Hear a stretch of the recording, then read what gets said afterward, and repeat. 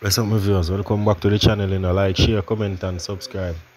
Also, turn on the bell whenever you subscribe so you'll be the first to receive a notification whenever we drop a fresh video. So, right now, my viewers, we want to get into a few matters concerning the whole situation between the Bl00dshed thing. Yeah, man, the house them will get pushed down the other day. We have a few things I want to cover right now because the thing will get crazier and crazier. So my viewers, just stay tuned, grab your cup of coffee, anything you grab, and make you drop it. Klansman gang figured in illegal land sales in Bl00dshed. The Spanish town-based Klansman gang has been fingered in the illegal sale of land in the greater Bl00dshed development area, and the major organized crime and anti-gang corruption agency and the Jamaica Constable Force JCF have been tasked with conducting an investigation into the matter.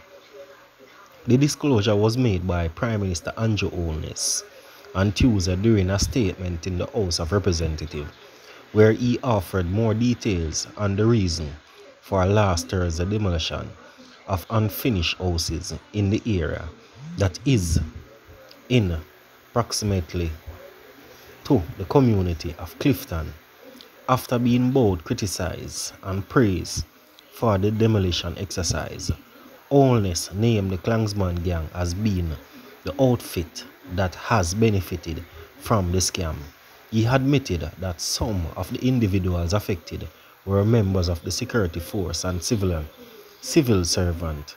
He said the probe by MOCA and the JCF should also determine whether any public official is capable. Member of Parliament for St. Catherine, Southern Fitzroy Jackson, in whose constituency the development falls, charged that the landowner SCJ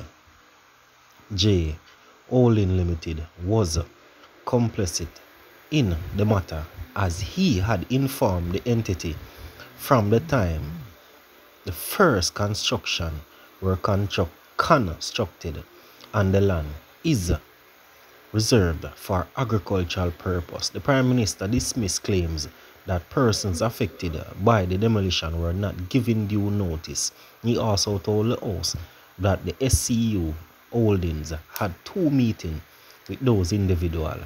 Responding to questions from the opposition members of Parliament, Holness said, "I could not say whether or not that the meeting was with persons from Clifton or persons from the other side.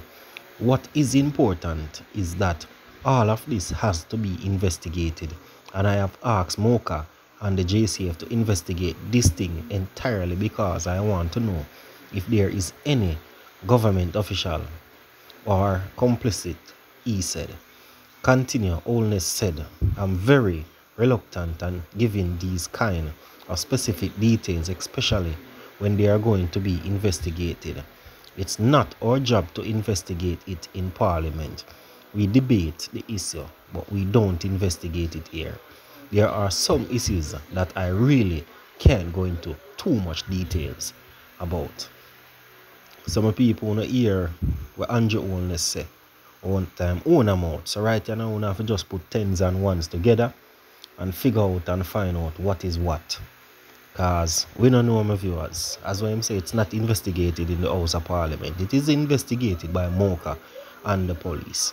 So we don't stay too long on this topic. We just continue. Taximan in range, fire standoff. A taxi operator was captured in a video on social media hurling explosive at a plainclothes policeman has found himself in trouble with the law.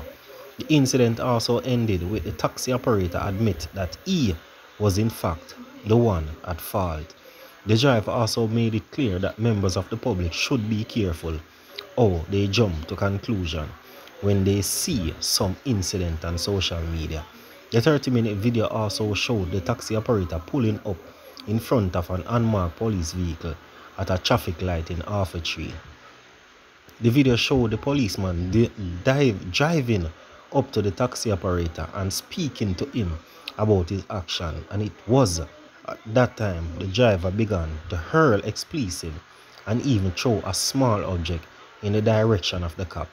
The taxi operator was later pulled over by cops and warned.